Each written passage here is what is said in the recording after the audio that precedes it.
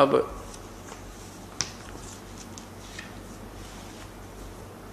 आपको ये तो स्पष्ट हो गया कि परमात्मा साकार है, मनुष्य दृश्य है। उसका नाम क्या है, वो कहाँ रहता है, उसकी प्राप्ति की विधि क्या है, ये जानना अब शेष रहता है। विशेष जानकारी के लिए हम आपको काफी प्रमाण देंगे, बहुत सारे प्रमाण देंगे कि वो परमात्मा मनुष्य जैसा है, उसका नाम कबीर है, वो सशरीर है। और उन आंखों देखे हुए महापुरुषों के अनुभव की जानकारी भी देंगे, उनकी कथाएं भी आपको सुनाएंगे कि वो परमात्मा कौन है, कैसा है। और उस परमात्मा की शरण में जाने के पश्चात हमें किसी प्रकार की कोई चिंता नहीं रहेगी। समर्थ का शरणागहो रंग होरी हो, भाई कदे न हो ए काज राम रंग होरी हो।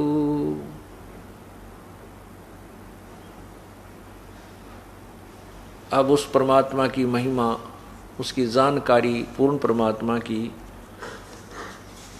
प्रारंभ की जाएगी।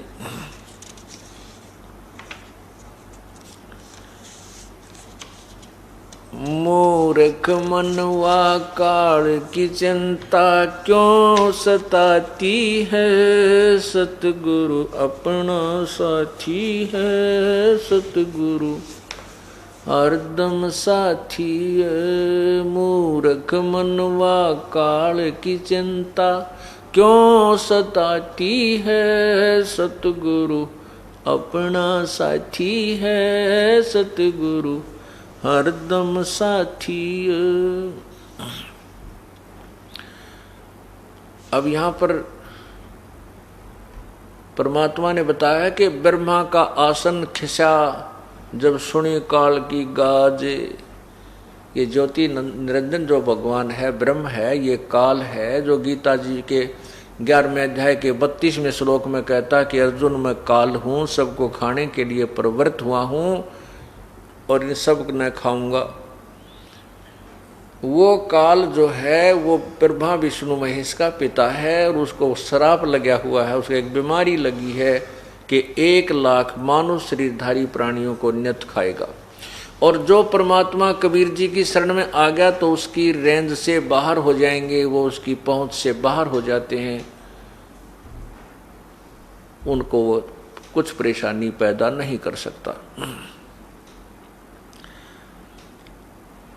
अब यहाँ हमें 24 घंटे हर समय चिंता बनी रहती है, चाहे कोई कितना बड़ा अधिकारी है, चाहे राष्ट्रपति प्रधानमंत्री भी क्यों ना, पूरी पृथ्वी का राजा भी क्यों नहीं है, उसको भी यहाँ कोई न कोई चिंता सताती रहती है।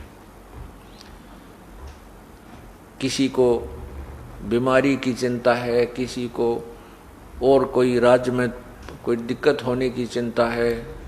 तो जब हम भगवान के चरणों में आ जाएंगे तो हमें कोई कष्ट नहीं आने देगा, और छोटा मोटा कोई कष्ट आएगा तो हमारे बहुत भयंकर जो पहाड़ से भी बड़े दुख को टालने के लिए प्रभु थोड़ा सा कष्ट आने देगा। जैसे संत सतगुरु शरण में आने से आई टले बला, जय मस्तक में सूड़ी हो भाई कांटे में टल जा।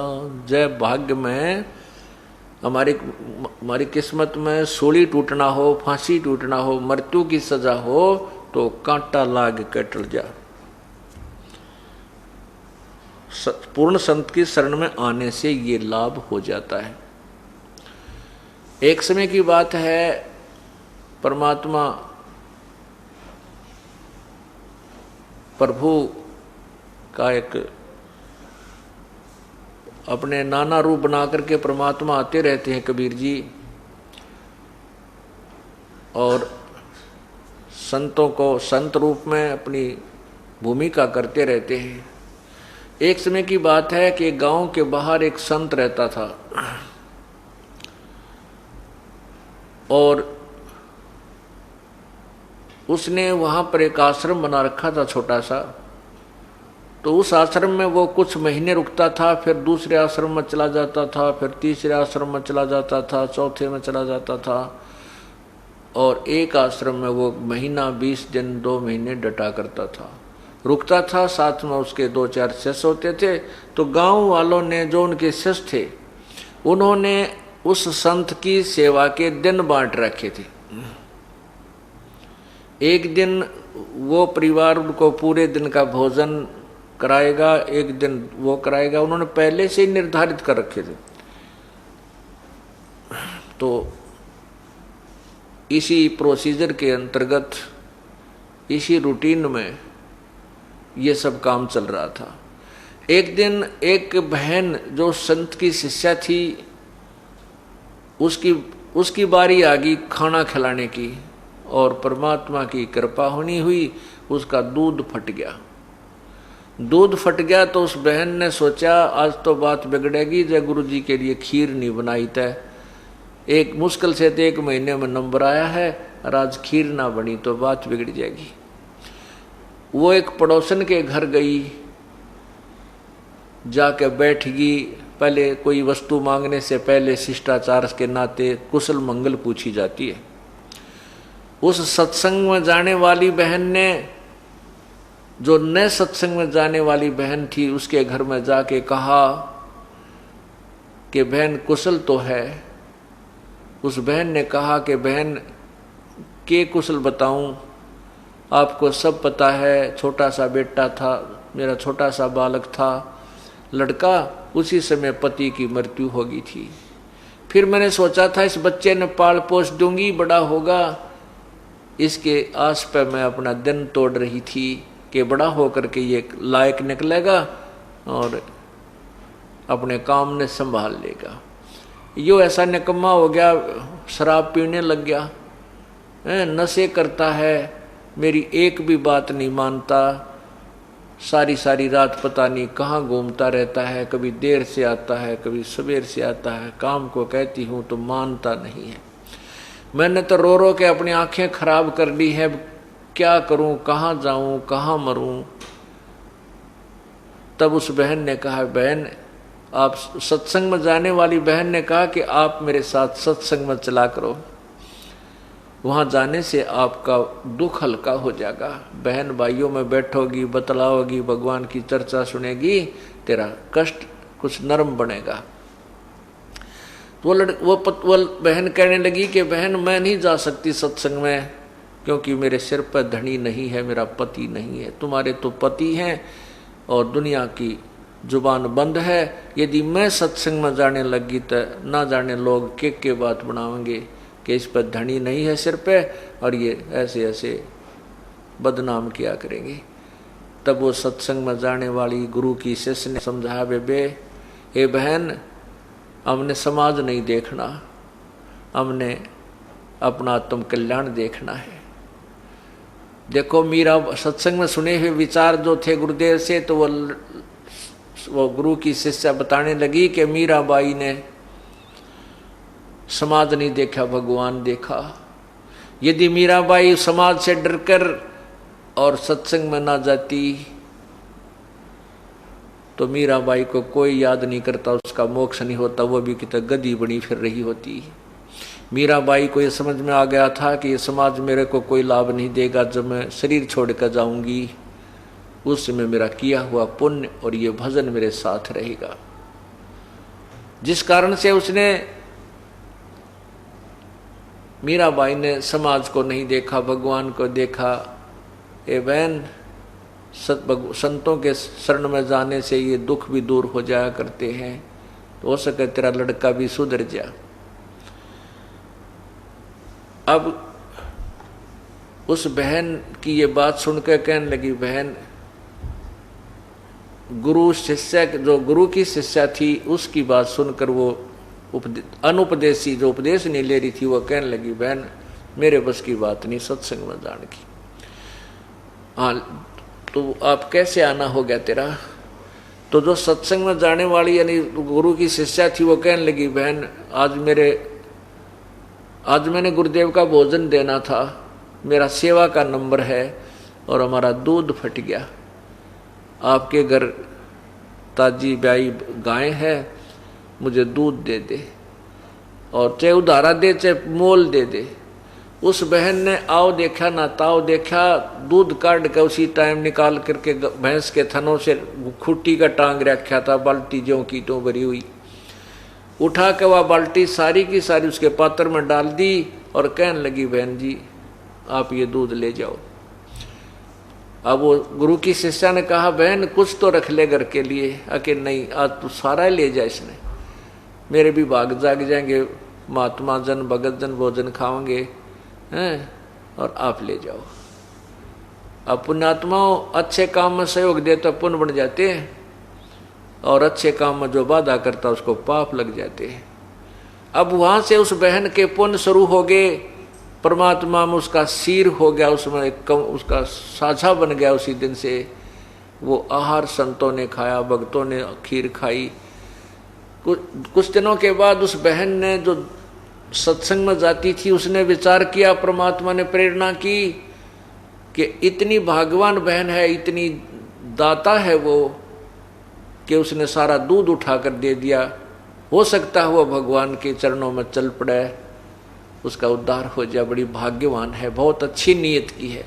उस सत्संग में जाने वाली बहन ने सोचा कि मेरे से भी कोई मांगन आ जाती सत्संग, हमारी गुरु की शिष्या, तो भी मैं सारा दूध नहीं देती उसको, थोड़ा सा देती, अपना रख लेती। और उसने तो ना वो सत्संग सुन रखा, ना वो कभी ऐसे विचार उसके अंदर आए, और वो इतनी दयालु है कि उसने सारा दूध उठा के दे दिया।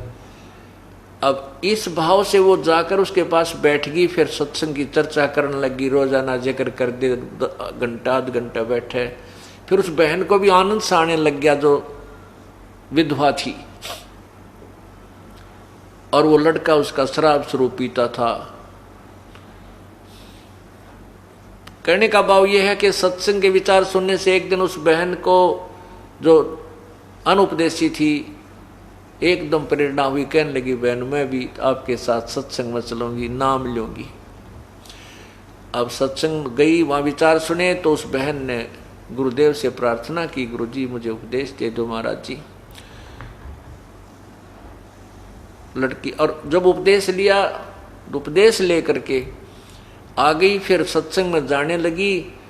जाते ही गुरुदेव के पास यही अर्ज किया करती थी, हे गुरुदेव, हे महाराज जी, मेरा बेटा बहुत बिगड़ गया, शराब पीता है, मेरे कहे के नहीं मानता, अपने चरणों में ले लो प्रभु।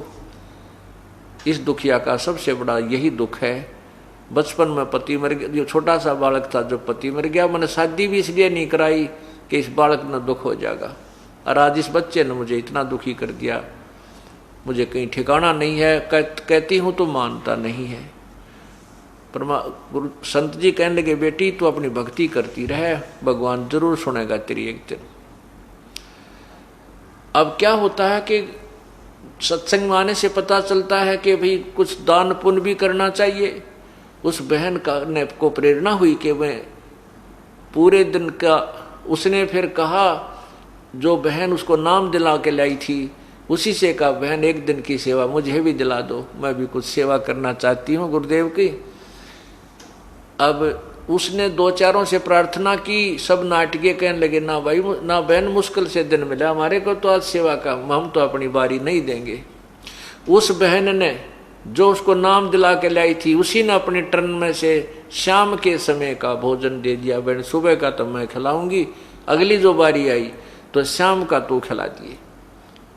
तो बड़ी खुशी हुई उस बहन ने जो नई सत्संग में गई थी, पहली बार उसने सेवा का मौका मिला, खुशी खुशी में खीर बनाई, हलवा बनाया, रोटी बनाई, सब्जी बनाई, और इस रुचि में आज गुरु जी को खिला के आऊंगी, भक्तों को खाना खिलाऊंगी। अब क्या हुआ, खेल कुदरत का हुआ, बहन खाना बना रही थी, उसको बुखार हो गया, बहुत जबरदस्त बुखार हो गया, और इतना हो गया कि वो 10 कदम नहीं चल सके। अब उस बहन ने अपने आप को कोसा, देखे भगवान आज तो मुझे मुश्किल से अवसर मिला था वो गुरुदेव की सेवा करने का, और आज ये बुखार बन गया, मैं 10 कदम नहीं चल सकती। और वो बेटा ऐसा नालायक से आवत आवर ना भी आवर, आ भी गया तो क्या ना माने, वो कतई नहीं जा। और आज मैं सेवा नहीं कर पाऊंगी तो मुझे कभी भी टर्न नहीं मिलेगी, मुझे कभी सेवा का मौका नहीं मिलेगा, मेरा जीवन व्यर्थ हो जाएगा।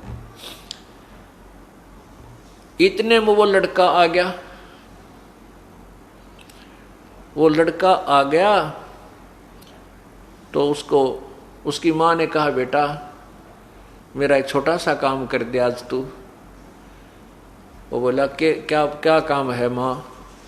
बेटा मैंने ऐसे ऐसे नाम ले लिया गुरुजी का, और ऐसे ऐसे वो तेरी चाची ताई से मैंने शाम का सेवा मांग रखी है, गुरुजी का भोजन दे आना बेटा, मेरा बुखार हो गया देख।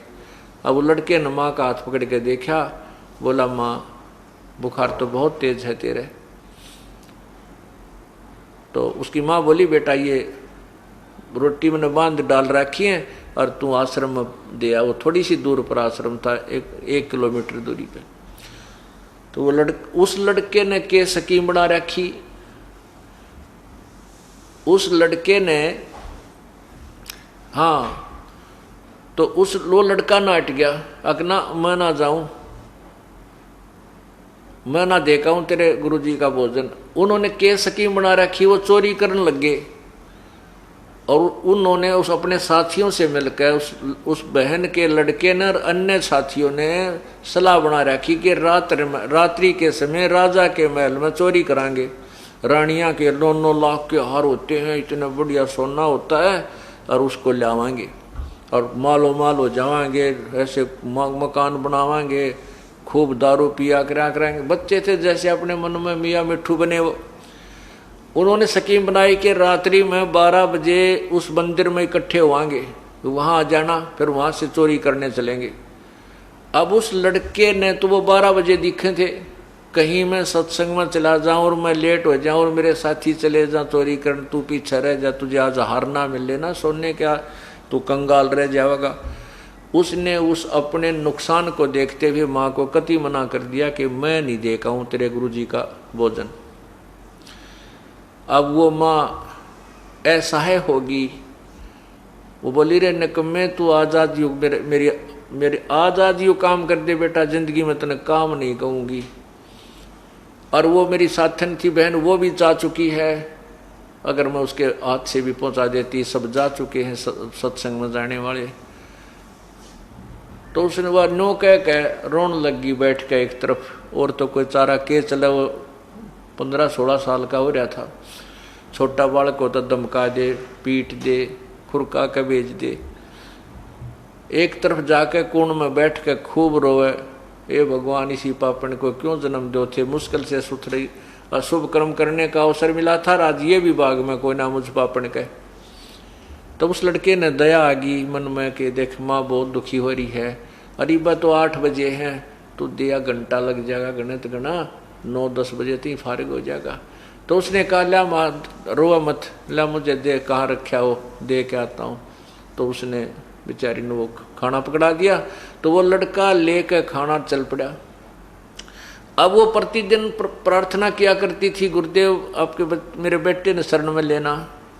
जो सत्संग में बहन भाई जाया करते थे, उन्हें देखा कि उस बहन का लड़का आज रोटी लेकर आ रहा है, तो सब ने खुशी हुई कि गुरुदेव ने बड़ी सुनी, उसका बेटा भी शरण में आ गया। तो उन्होंने कहा गुरुजी आज वो बहन जो आपसे बार बार प्रार्थना किया करती थी, मेरा बेटा बिगड़ गया, उसको शराब पीता है, आज वो आपका खाना लेकर आया है, आपने बड़ी सुनी। उस बहन की बहुत दुखी थी। उस लड़के ने कहा कि गुरुजी कहाँ है, महाराज जी कहाँ हैं? उन्हें सत्संग में गए हुए भक्तों ने कहा भाई महाराज जी स्नान करने गए हैं, अभी आ जाते हैं।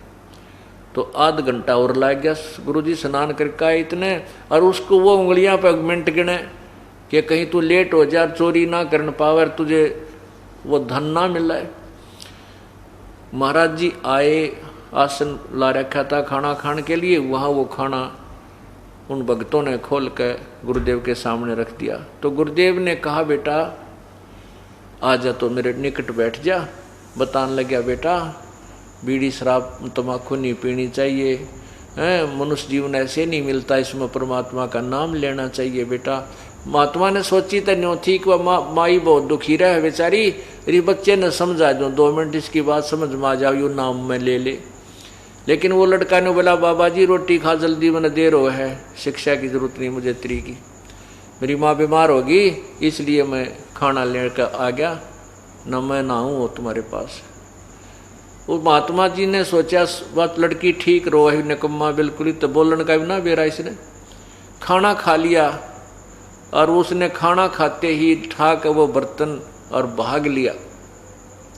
अब वो दौड़ा आ रहा था, रास्ते में उसके पैर में कांटा लग गया, सूल चल गई अच्छी पूरी लंबी, और वह लग के अंदर टूट गई, शरीर के उस पैर के अंदर ही टूट गई। अब वो लंग करता हुआ घर में प्रवेश हुआ।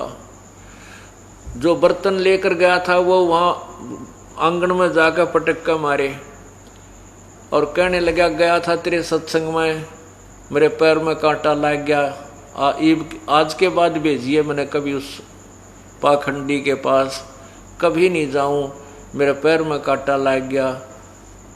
अब उस माई ने सोचा, उस बहन ने सोचा, देख मैं किसी दुर्भाग्यन हूं, हे परमात्मा या क्या बनी, क्या आज ही इसका यू कांटा लगना था, ये तो ऐसा निकम्मा है, ना खुद जा सत्संग में, ना मन न जान दे आज के बाद। हे प्रभु ये बहुत माड़े भाग मेरे। तो माँ थी, उसने उठी, सोचा कोई बात नहीं, बाद में देखी जाएगी क्या होगा। तो कहा, बेटा के लग गया तेरे, अग मेरा कांटा लग गया, देख कितना लंबा, दर्द बहुत हो रहा है। तो रात्रि का समय था, उस समय तो माँ ने फर्स्ट एड करके उसका पट्टी बांध दी, बेटा सुबह कांटा निकाल लेंगे, तो निकला नहीं। वो कोई तेल पानी का फवा बांध दिया करते हैं, वो नरम हो गया। तो सुबह उठ कर उसने माँ ने उसका कांटा निकाल दिया। उधर से वो चोरी करने नहीं जा पाया, उसके साथियों ने आध घंटा बाट इंतजार किया, वो चोरी करने के लिए राजा के महल की तरफ चल पड़े। महल में प्रवेश करने की चेष्टा कर ही रहे थे, सैनिकों ने उनको पकड़ लिया, सिपाहियों ने पकड़ दिया, राजा के पेश कर दिया सुबह सुबह, रात नहीं। तो मंत्रियों ने कहा कि हे राजन, ये इतने खूंखार बदमाश हैं, इतने खूंखार चोर हैं, जब राजा के महल में भी चोरी करने की नीयत रखते हैं तो आम जनता को ये कैसे बख्शेंगे, इनको सजाए सूली दी जाए। राजा ने मंजूर कर दी कि आज शाम को 4 बजे इनको सूली तोड़ दो सरेआम। अब उनके गले में सुबह सुबह 8 बजे उनके गले में गाल का पट्टी कि हम अपराधी हैं, हम राजा के महल में चोरी करने जा रहे थे, सोच रहे थे हम चोर हैं, आज शाम के समय हमारे को सूली पर चढ़ाया जाएगा, कोई सुनता हो तो ऐसा पाप कभी मत करना। ऐसा उनके गले में पट्टी बांध रखी, उनके मुख से कल आते हुए काला मुंह करके सारी नगरी में एक विशेष बैंड बजाते हुए वो राजा घुमाया करते, राजा के नौकर सैनिक घुमाया करते थे कि उनको देखकर और प्रजा डर जाए, कोई चोरी ऐसी गलती ना करे, इस दृष्टिकोण से। अब उसके साथियों को वो पुलिस वाले गढ़ते हुए पीटते हुए ला रहे थे और कह रहे थे, बोलो हम चोर हैं, राजा के घर चोरी करने की सोच रहे थे और आज हम शाम को 4 बजे सूली पर चढ़ाए जाएंगे, हमारी मौत हो जाएगी, कोई भी चोरी मत करिए। ऐसा वो नगरी में घूमते हुए आ रहे थे। तो जब वो एक विशेष प्रकार का बैंड बजता था तो सभी ये देखने के लिए अपने घरों से बाहर आ जाते हैं नागरिक कि देखें इन्होंने क्या कसूर कर दिया, क्या अपराध किया है। वो दोनों माँ बेटा भी अपने घर के बाहर आकर खड़े हो गए। अब उस लड़के ने देखा कि ये तो मेरे साथी हैं और इनको आज शाम को सूली तोड़ा जाएगा, जिनके साथ मैं चोरी करने के लिए जाना चाहता था। अब वो कहते हुए आ रहे हैं कि हम चोर हैं, हम राजा के घर चोरी करने जा रहे थे हमारे, और कोई भी आज हमें शाम को 4 बजे सरेआम उस स्थान पर सूली तोड़ा जाएगा, यानी मेरे को सजाए मौत दी जाएगी। अब वो लड़का ने तो पहचान दिया अपने साथी। माँ को क्या पता था कि ये इससे के मित्र हैं। माँ तो अपना जाकर जब वो चले गए आगे को घर से, माँ तो अपना काम लागी, झाड़ू झप्पात करने लगी। और वो लड़का अपनी माँ के पास जाकर रोने लग गया और माँ के सीने से लग कर बुरी तरह रोने लग गया। कहने लगा, हे माँ, धन है तेरे गुरुदेव को, अगर कल मैं सत्संग में नहीं जाता, तेरे गुरुदेव का खाना लेकर नहीं जाता, हे माँ तेरा बेटा नहीं था आज मैं सूली तोड़ दिया जाता। अब माँ नौकर निकम्मे, क्यों सूली तोड़ दिया जाता, तू क्यों डर गया इतना, मेरा बेटा कोई चोर थोड़ा ही है। माँ ने ये नहीं मालूम था कि चोरी करता, इतना जरूर पता था कि ये शराब स्वरूप तो पी लेता है। तब उस लड़के ने सारी कहानी बताई, माँ मैं पक्का चोर हो गया था और आज रात में मैंने इनके साथ जाकर के चोरी करनी थी। अगर मैं तेरे गुरुदेव का भोजन लेकर नहीं जाता और मेरे पैर में कांटा ना लगता, माँ तेरा बेटा नहीं था। अब उस समय उस बालक ने सारी याद आवा है कि जब मैं मर जाता माँ तेरा क्या होता, आप कैसे जीती। यानी इस तरह के विचार उस परमात्मा की कृपा से उस अनाड़ी बालक में मालिक ने वो सोशल सिद्ध